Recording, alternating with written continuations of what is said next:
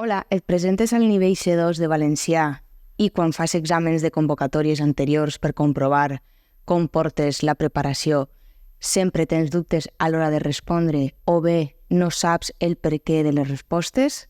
Si és així, queda't perquè en el següent vídeo t'explicaré les respostes i el perquè d'un examen d'una convocatòria anterior de la Junta Qualificadora. Comencem.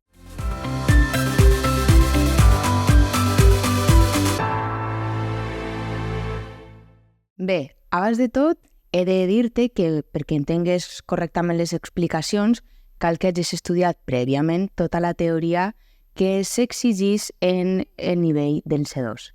Si no l'has estudiada, jo et dono l'opció de poder estudiar-la amb mi en les classes particulars que oferís, o bé també tens un curs en línia en el meu web anaclasses.com. Et deixo tota la informació en la descripció.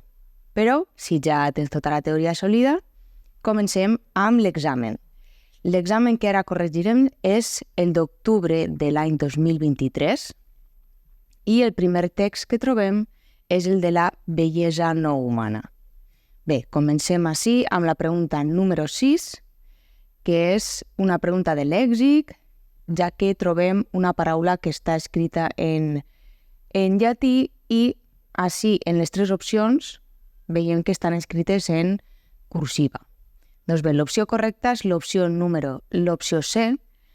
Per què? Perquè és de veres que quan una paraula no està escrita en valencià, és a dir, sempre que siguen paraules d'una altra llengua, han d'anar entre cometes o en cursiva, però així els noms científics han d'anar en majúscula només la primera paraula. La segona paraula no portarà majúscula. Per això l'opció correcta és la C.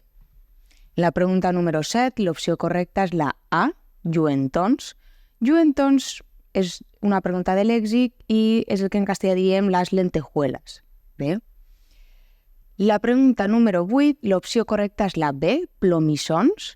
Plomissons són les plomes menudes de les aus.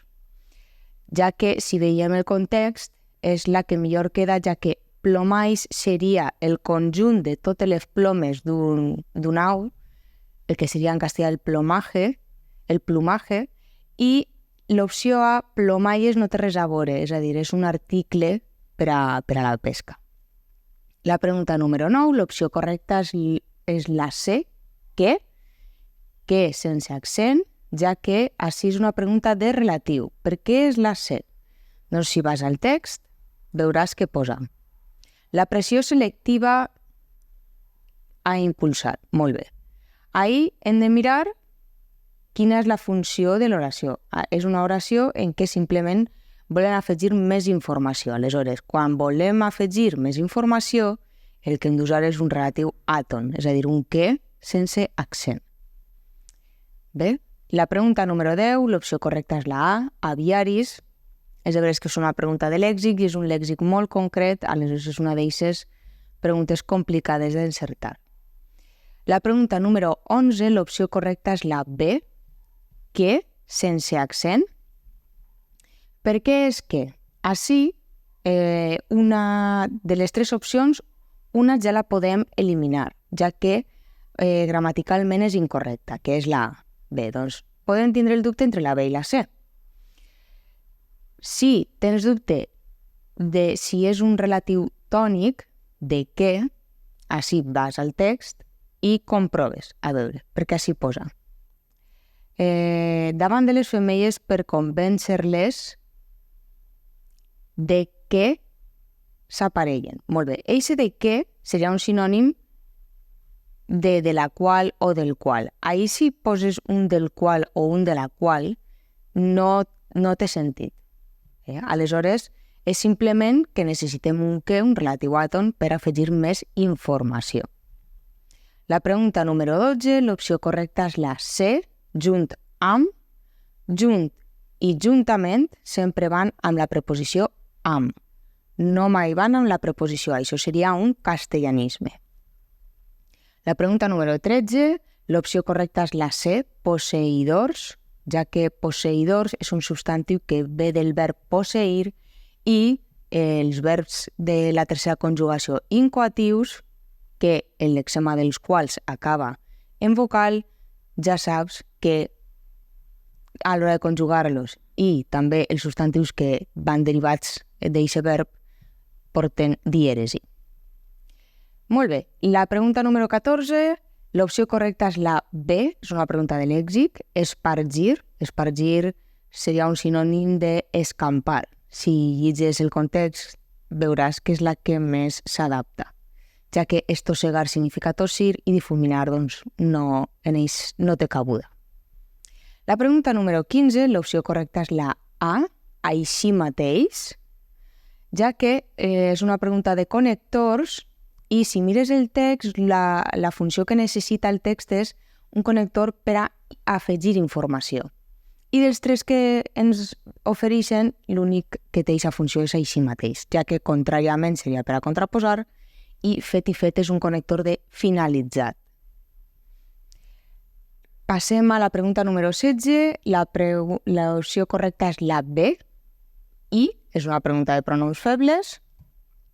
Aleshores, així hem de saber per què és el i no ni o cap feble.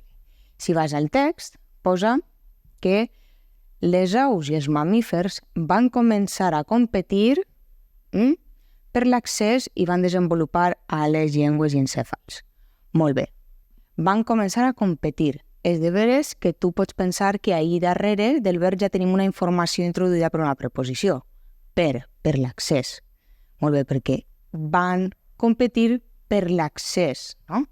Però el verb competir ja implica que tu competisses contra alguna persona o contra algú. És a dir, el verb competir sempre requerirà la preposició contra. I aquesta informació de contra qui van començar a competir els mamífers i les aus no està en l'oració. Aleshores, la informació que falta és contra els pol·linitzadors. Contra els pol·linitzadors no està dins de l'oració i com que és una preposició contra, que no és una preposició de, requereix el pronom feble i. Ja saps que sempre que no sigui una preposició de, usarem el pronom feble i. Molt bé. La pregunta número 17, l'opció correcta és la B, a mesura que, ja que quant més i per més que són expressions castellanitzades, són castellanismes, no són correctes. La pregunta número 18, l'opció correcta és la C, brunzís. Brunzís és eixe so que és de zzz, ja que si mires el context és l'única que s'adapta, ja que parrupa és el so que fan els coloms i rondina seria remugar. Remugar que seria això quan la gent parla entre dents, no? La pregunta número 19, l'opció correcta és la C, a parer seu. Per què és l'opció C i no és l'opció A sota el seu parer? Sota el seu parer, fixa't que seria una traducció totalment castellanitzada del que en castellà seria bajo mi opinión o bajo mi parecer. Aleshores, en valencià sempre hem de posar el substantiu i darrere l'adjectiu. I en l'expressió a parer seu, parer és el substantiu i seu fa la funció d'adjectiu. Bé. La pregunta número 20, l'opció correcta és la A, adagi. És una paraula que s'ha adaptat amb una G, és una pregunta de grafies. Aleshores, la B i la C no són correctes. La pregunta número 21, l'opció correcta és la A, ens i. I ara anirem al text perquè entengues millor per què és aquesta la correcta. Ens i. Molt bé. L'oració diu, ja que ens hi sentim atrets malgrat que no obtenim un profit equivalent. Molt bé, el verb així és sentim. El ens sentim, molt bé. Ens sentim atrets, però per quina cosa ens sentim atrets? Aquesta informació no està en l'oració. Ens falta, no? Aleshores, ens sentim atrets a la bellesa. Si llegis les oracions anteriors, entendràs que és ens sentim atrets a la bellesa o per la bellesa. Bé? És a dir, encara que siga preposició a o per, el pronom feble que ens falta és el i. Per això és i. Molt bé. La pregunta número 22 és una pregunta de relatiu. L'opció correcta és la C, al què. Molt bé, així llegim l'oració també. No n'obtenim un profit equivalent al que obtenen els pol·linitzadors. Així és possible que tingués dubte de si l'opció correcta és el fals relatiu, que és la que és correcta, o si és un relatiu tònic. La que podem descartar ja des d'un primer moment és l'opció A, ja que aquesta construcció gramaticalment és totalment incorrecta. Aleshores, si et quedes entre la B i la C, tu la B saps que és un relatiu tònic. Aleshores, comprova si el seu equivalent de al qual, que és preposició més al qual o preposició més que, encaixa dins de l'oració. Si tu dius, no n'obtenim un profit equivalent a què obtenen, veus que ahir l'oració no perd el sentit, no? Aleshores, no està referint-se a un relatiu tònic, sinó que s'està referint a un fals relatiu. Per què? Perquè aquest al què seria al profit que. L'oració sencera seria no n'obtenim un profit equivalent al profit que obtenen els pol·linitzadors. Veus? És a dir, aquest al està substituint al profit. Molt bé. La pregunta número 23, l'opció correcta és la B, estandarditzar. Així, sempre que tingues una paraula derivada d'alguna altra, sempre fixa't en quina seria la paraula d'origen. El verb estandarditzar, d'on ve? Doncs de la paraula estandard. Estandard acaba amb D, aleshores per això el verb porta eixa D i no una T, com posa en l'opció C. La pregunta número 24, l'opció correcta és la B, copien. Així hi ha hagut una mica de controvèrsia, ja que diu que hi ha gent que pensa que també repliquen hauria de ser correcta, però bé, és una pregunta de lèxic i l'opció correcta és copien. La pregunta número 25, l'opció correcta és la A i tenim una pregunta que pot parèixer de pronoms febles, però no és. No és perquè fixa't en l'oració del número 25 que posa. Arribar a afirmar que hi poden haver veritats estètiques tan objectives com les lleis de la física. Així, eixe i no és de pronom feble, sinó que és del verb haver-hi, perquè el verb haver sempre porta el i. Aleshores, en aquesta oració no és una pregunta de febles, sinó que és del verb haver-hi. Molt bé. Passem al segon exercici. Així, la pregunta número 26 és una pregunta de topònims. Molt bé. L'opció correcta és la A, als Andes, i així he de fer un aclariment, ja que als Andes jo penso que així hi ha hagut algun error a l'hora de passar les respostes a l'ordinador, ja que als Andes és correcta, però la A no hauria d'anar en majúscula. És a dir, pot ser que hagi sigut un error a l'hora d'escriure un error tipogràfic, no? Però als Andes no seria en majúscula la A, ja que un topònim valencià no mai porta l'article en majúscula. I així és el cas. És un topònim valencià que no porta majúscula l'article. Només porta la majúscula el nom propi, Andes. Bé? Molt bé. La següent pregunta, la número 27, l'opció correcta és hiperboris. És una pregunta de lèxic. Hiperboris significa que és de l'extrem nord àrtic. Bé, de l'extrem nord àrtic, si mires el text, veuràs que és la que més encaixa per context. Hiperbòlics vol dir que té una hipèrbole, és a dir, si no té cabuda, i hiperbàrics, que té una pressió superior a la normal. Tampoc encaixa dins del context. Molt bé, la pregunta número 28, l'opció correcta és la C, EUA, perquè en valencià, el que en castellà escrivim amb la doble E i doble U, que seria l'opció B, en valencià s'escriu EUA, que són els Estats Units d'Amèrica. Bé, per això són EUA. els Estats Units d'Amèrica. Molt bé, la pregunta número 29, l'opció correcta és la C, estrenus.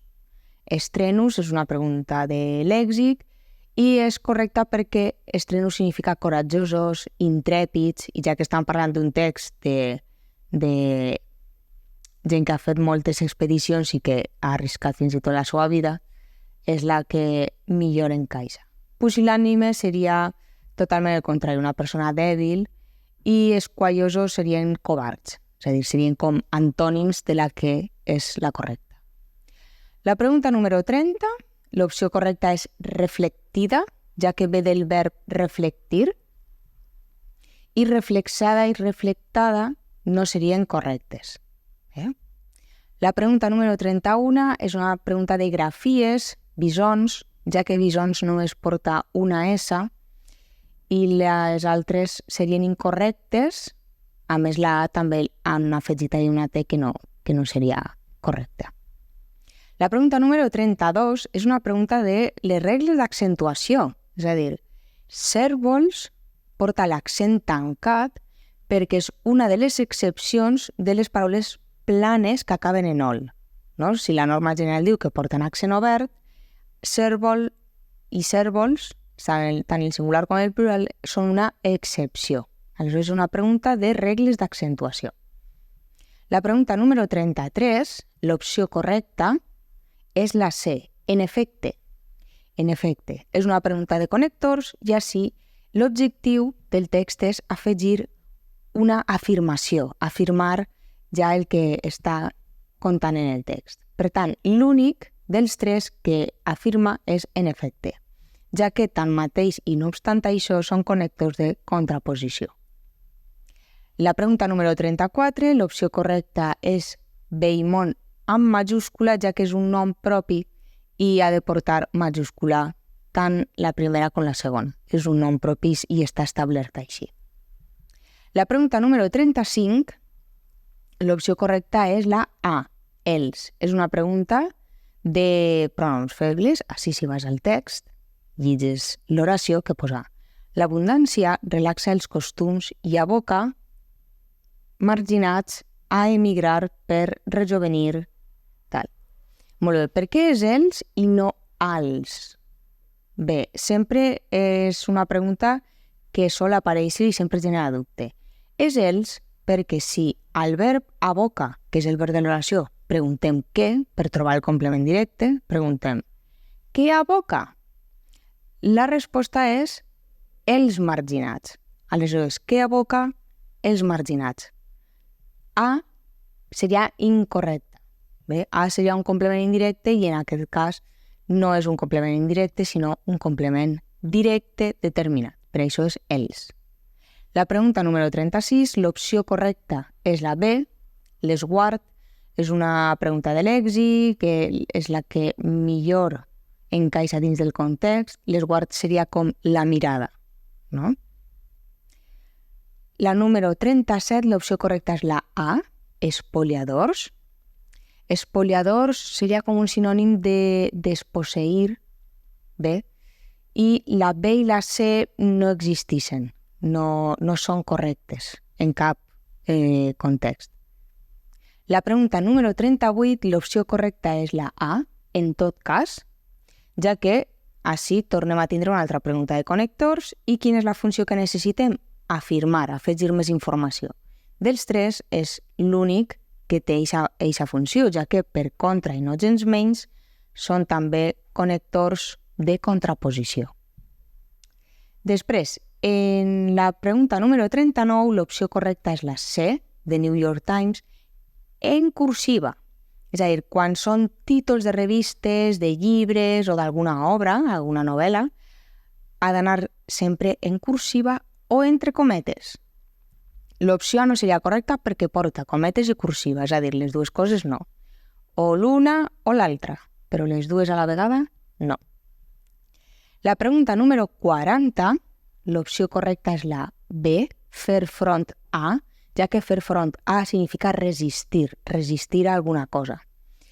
I, en canvi, enfrontar, que de vegades pot haver-hi confusió de significats, enfrontar és més en una batalla, no? Quan una persona es posa a front d'algun contrincant, d'algun enemic. I acarar seria confrontar. Són verbs que així no tenen cabuda.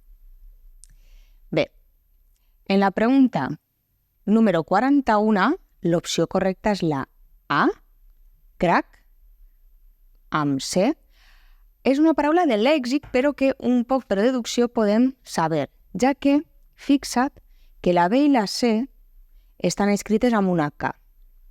Aleshores, en valencià no hi ha cap paraula que estiga escrita amb una K, ja que no és una grafia que s'utilitza. Per la qual cosa, si tu en algun moment veus una paraula escrita amb K, dedueixes que és un anglicisme. I els anglicismes com han d'anar escrits? En cursiva o entre cometes. Aleshores, com que crack porta una K i ni en l'opció B ni en la C estan escrites en cursiva ni en cometes, doncs ja podem eliminar-les. És a dir, serien incorrectes perquè si són anglicismes no estan escrites correctament i ja les hem de descartar. Per la qual cosa, crack amb una acabada en C és l'adaptació al valencià i s'escriu d'aquesta manera. La pregunta número 42, l'opció correcta és la B, pot ser tot junt, ja que si vas al text veuràs que després porta un verb en indicatiu. La pregunta número 43, l'opció correcta és mentre, perquè és de veres que mentre i mentrestant tenen el mateix significat. Significa que durant el temps en què, però no s'utilitza de la mateixa manera. Mentre s'ha d'usar en una oració construïda d'una manera i mentrestant requereix una altra construcció. Aleshores, sempre que dubtes entre mentre i mentrestant has de veure quina s'adapta millor, ja que mentre que és una expressió que contraposa i així no necessitem una contraposició. Per tant, així, si llitges, veus que mentre queda millor que mentrestant, ja que diu però, sens dubte, més immediatament convenient mentre comencen a preparar-se. Ahir, mentrestant comencen a preparar-se, no encaixa bé. La pregunta número 44, l'opció correcta és la C, onírics, és una pregunta de lèxic, i és correcta ja que onírics està relacionada amb un somni, no? Amb un somni que tenen.